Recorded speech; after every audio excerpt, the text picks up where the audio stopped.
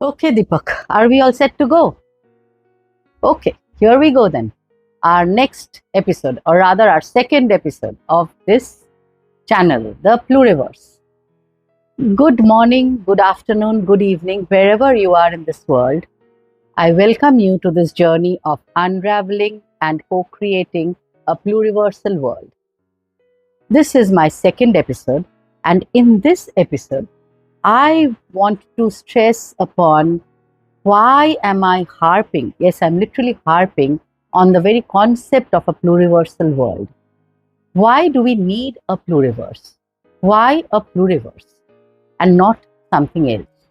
So let me put it this way. I'm going to try and take you through a very short journey of an urgent need that will raise this urgent need for a pluriversal world. So I welcome you once again. Thank you for listening to my video, and I hope you will subscribe and join me on this unfolding journey of emergence. Shall we begin? Why a pluriverse?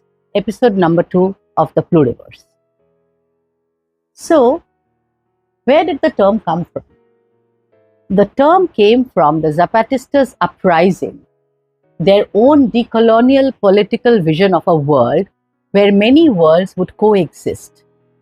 The Zapatistas eschewed and dismantled the claims of superiority of Western epistemology and claimed that and said that there were many other narratives and stories and epistemologies, ontologies, cosmologies that needed to be integrated to create a world where all could exist, not in competition but in harmony.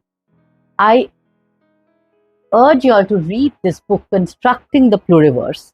It is an amazingly erudite and detailed research on how and why this term and this concept and this vision of a world is so essential today, as we stand not only on the brink of a polycrisis, but I mentioned in my earlier video, on the brink of a metacrisis, on the brink of on the brink of a crisis of sense making, meaning making, an existential crisis of meaninglessness.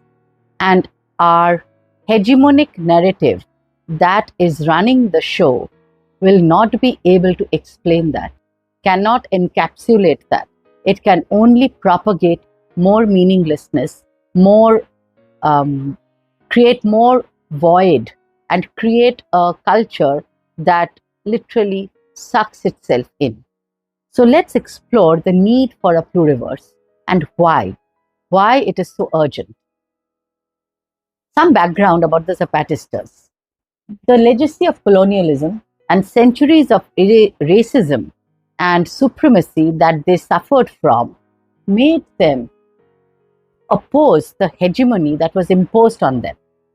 Chiapas, a village, a little state actually in the southernmost part of Mexico, is extremely rich in natural resources, but also one of the poorest. Does that sound familiar? Where did the riches go? Who took them? How did they vanish, and why did it not benefit the Chiapas? So the Zapatistas rose in a revolution, I would say an evolution of their worldview on a very critical date, January the 1st, 1994, the day NAFTA was officialized, the day that North American Free Trade Agreement came into effect. And they very clearly stated and knew that NAFTA would be one of the blows that would definitely decimate indigenous populations. And they rose up in protest against this imposition of a trade agreement that was set to destroy their world, decimate, destroy, extract, exploit, and expropriate. So they proposed a vision of a pluriversal world, a world where many worlds would coexist, a world where many worlds would fit, many narratives, many possible futures, unfolding, emerging, unfurling together in harmony, in collaboration, in cooperation.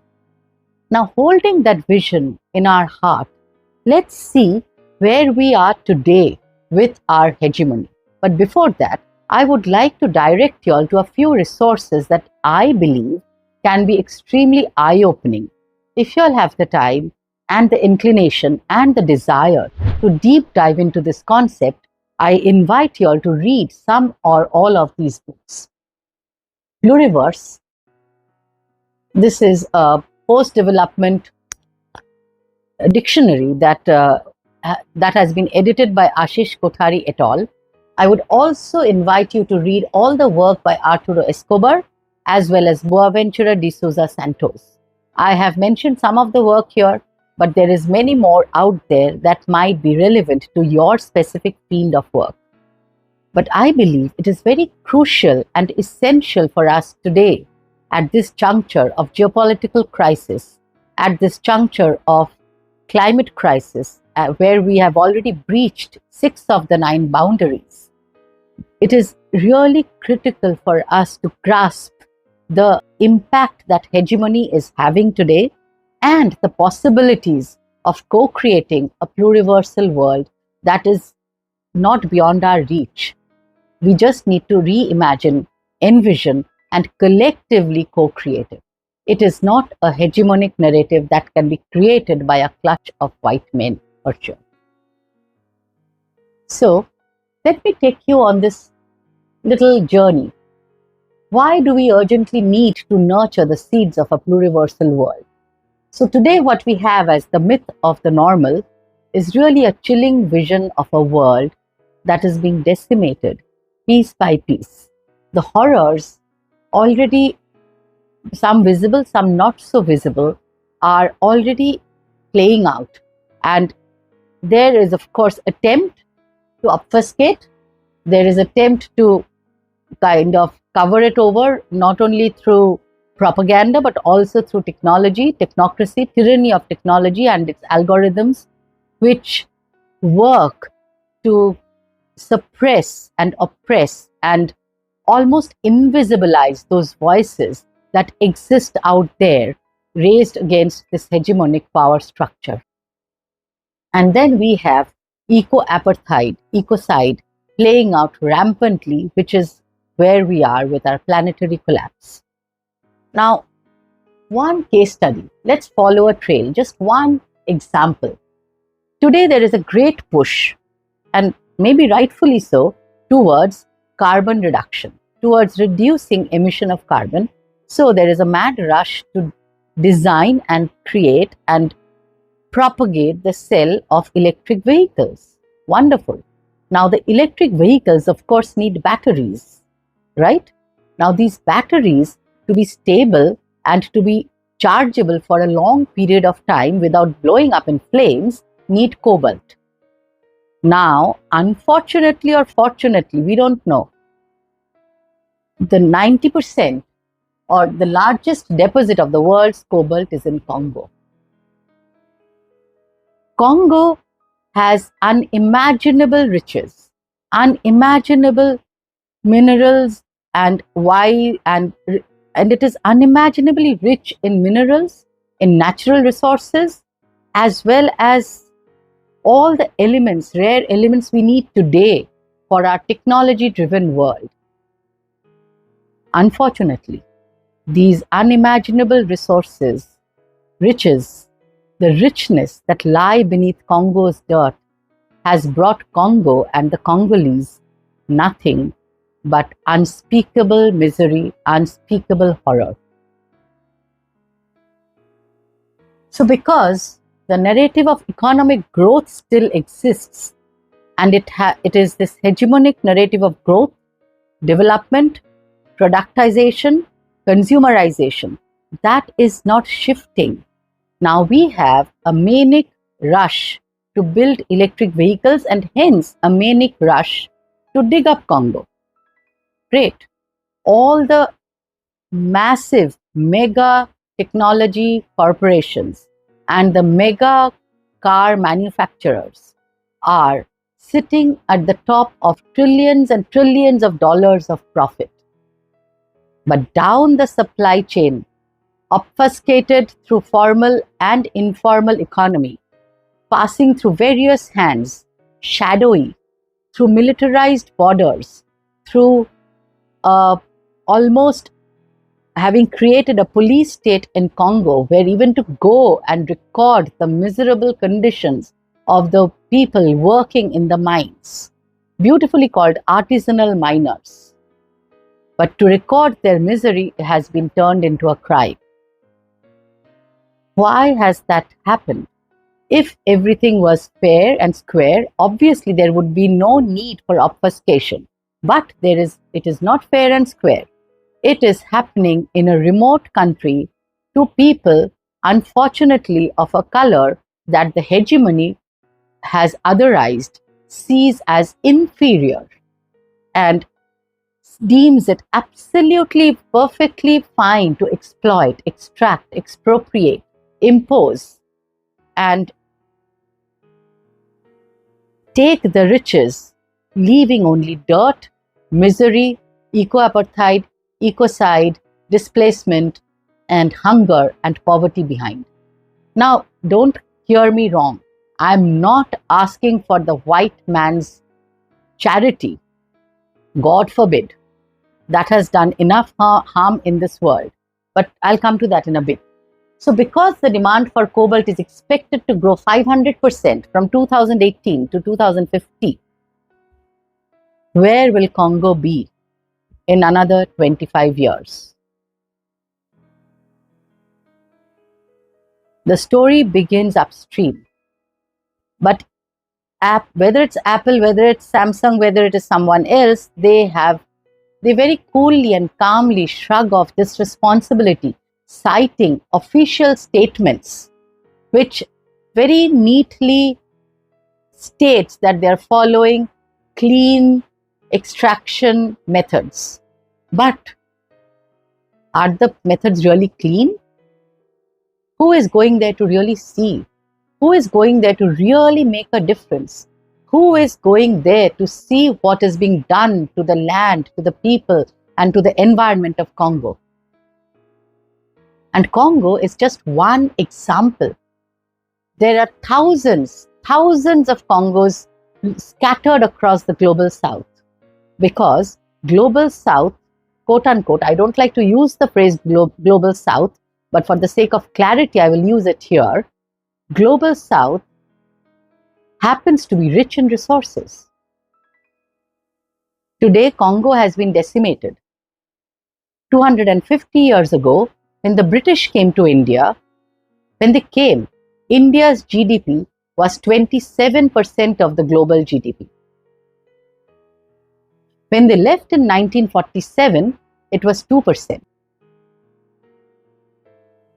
So let's see the totality of what this narrative premised upon colonization, neo-colonization, so-called globalization, so-called free trade, and supremacy and separation, and this entire propaganda machine of obfuscation is doing to the planet, to its people, to the land, and to everyone. Let's sit with that for a moment. Let's try and envisage all the Congos littering the globe, and then we talk about saving the environment through electric vehicles. It's a little ironical. Unless we let go of the growth story, unless we can say reduce vehicles, create infrastructures for everyone, unless we can reduce the numbers of trillionaires, billionaires, and all those people manipulating this planet for their very personal profits while completely externalizing, completely, shamelessly externalizing all the costs, the very story is gradually suffocating the planet. Where would have Congo been in a sane world? In a sane world, beyond hegemony, let's imagine in the world that Zapatistas did, in a pluriversal world, Congo would have been the richest country in the world. The Congolese would have had the dignity, the life, and the freedom that they absolutely deserve. Every nation worth its salt would have been trying to build allyship with Congo so that they could learn and benefit and exchange in honorable ways, in good faith, what Congo had, and exchange that for what they had to offer.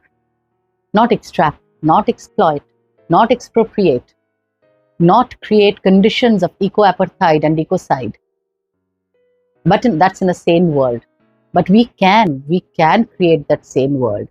I urge you to imagine that same world collectively holding that vision of an enriched, thriving, flourishing Congo, a flourishing Sudan, a healed Gaza. I think we can do it. In a sane world, Patrice Lumumba would not have been slaughtered, would not have been chopped into pieces by a nexus of Western hegemonic powers, Belgian, US, and others. Read it up. In a sane world, corporations making trillions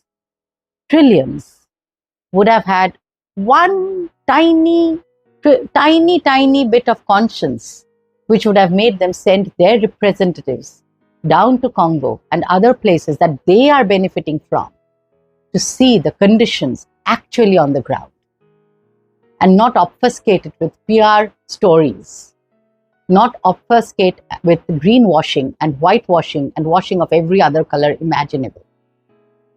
It's despicable. In a sane world, not predicated on otherization, supremacy, and separation, Patrice Lumumba would have been leading Congo to become a democratic nation of flourishing, thriving people. I'm paraphrasing what Joseph Conrad wrote in his Heart of Darkness.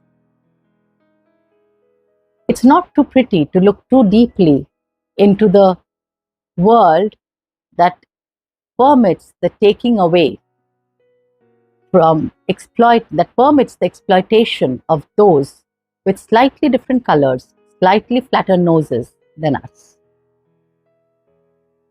Yes, that is all the difference between someone sitting in the global West and someone sitting in Congo. Just the color, just the shape of one's eyes, the shade of one's skin, the shape of one's nose. Think about it. But this is not about one country. It is about the modus operandi of hegemony. As long as we do not see through this narrative, as long as we allow it to obfuscate, propagandize, misinform, disinform, and weave its web of technology, technocracy, big data, big money, big oil, and everything to literally hold us in its grip, in its death grip. Unless we see through this and deliberately, with every choice we make, eschew that, deny it of oxygen, absolutely refuse to give it any kind of sustenance. Yes, we still live in that world. We are party to its day-to-day functioning, but still we can make choices. I'm not trying to put the onus on individuals. That is something that the West and this Western hegemony loves doing. The individual is responsible where the corporations are not. No, corporations today, because of very dubious trade rules, have more power than nation states. So the onus is not on individuals, but collectively we can literally create conditions for different narratives to emerge. As I've said before, that is happening through movements across the world. The pockets of movements are nodes of, I call them imaginal cells dotting the planet. It is already happening. The hegemony is crumbling. But in this liminal space where morbid symptoms can step in, we need to step in with our different stories, different ways of being, seeing, relating, connecting. By talking, dialoguing, holding each other in community, in connection. Moving on. This is what Congo looks like today. The lush green vegetation. It is absolutely rich in natural resources. The Congo River is the second deepest in the world. Its tropical forest is the second largest after Amazon. This is what it looks like today. And our daily lives are powered by a human and environmental catastrophe in the Congo, wrote Siddharth Kara in his Cobalt Red. So, the images, again, I repeat, are not meant to evoke pity. No, we do not want the white man's burden. No one wants the white man's pity, or no one is asking the white man to save the world. God forbid. Let them not try to save the world and play the games of philanthrocapitalism. This is just to show you the pieces of the story that's playing out today. Resourcification of nature, asymmetrical information access, absolutely legitimized violence, turning those faraway countries, resource-rich countries, turning resource-rich, faraway countries into police state, militarized, heavily militarized, with diminishing democracies or toppled democracies, where the West has put someone who is going to be sympathetic to the West's cause of extraction. So that's directly connected to the destabilizing of democracies and dehumanization of the other. Moving on, I urge you to read some of Vandana Shiva's work, where she very accurately and very, very incisively points out the games that are being played by in the name of philanthropy, in the name of what she calls philanthrocapitalism, in the name of doing good, in the name of the myth of free choice, which is anything but free. It's turned into a cartel. She evokes Mahatma Gandhi as an epitome of democracy, where she says, and I'm paraphrasing, the quote is there for you to read, where she says that democracy is not about buying as much as you want. That is propagandized, brainwashed humans, frustrated, isolated humans, drowning their frustration in becoming mindless consumers. Therefore, Mahatma Gandhi very resoundly eschewed globalization.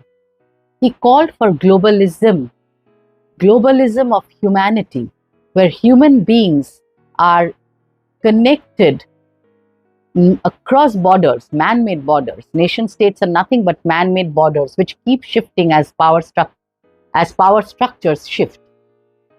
So he spoke about globalism, connection of humans across the world in indelible bonds of, he used the word brotherhood, I would say in indelible bonds of life affirming and life giving, sustaining, thriving, flourishing, interconnectedness, interbeingness. So it is not globalization, which is a purely economic movement, but globalism, which is what pluriversality is based on. This is just to show you that the myth of the normal does this, but outside the myth of the normal, there is the rest of the world. It is there.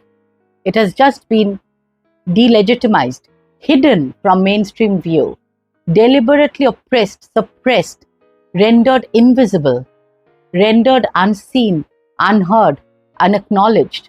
How many stories from this world, stories of community, stories of compassion, stories of empathy, stories of indigenous tribes saving forests, saving their land, their relationship to land, do you see in the mainstream media? Why is the mainstream media always full of horrors? Because its job is to keep us fearful, scared, constantly suspicious of the other, who is slightly different in skin color or the shape of their eyes. The job of mainstream media is to propagandize and disinform, creating isolated, atomized, fearful individuals, constantly competitive and suspicious. Therefore, you will not see the stories that are outside of the hegemony. Or they might just seep in through the cracks here and there, to be immediately obliterated, obfuscated. Let's honor those stories. Let's go seeking those stories and emulating those stories to create, nurture, nourish an emergent pluriversal world. Thank you so much for listening. I do hope you will join on this journey of unfurling, unfolding, and collectively we can hold space. I can't do this alone. No one can do this alone.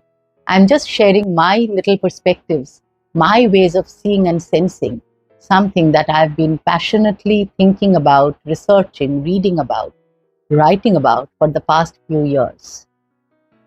Collectively, we can create movements way stronger than any hegemony ever. Thank you once again for listening.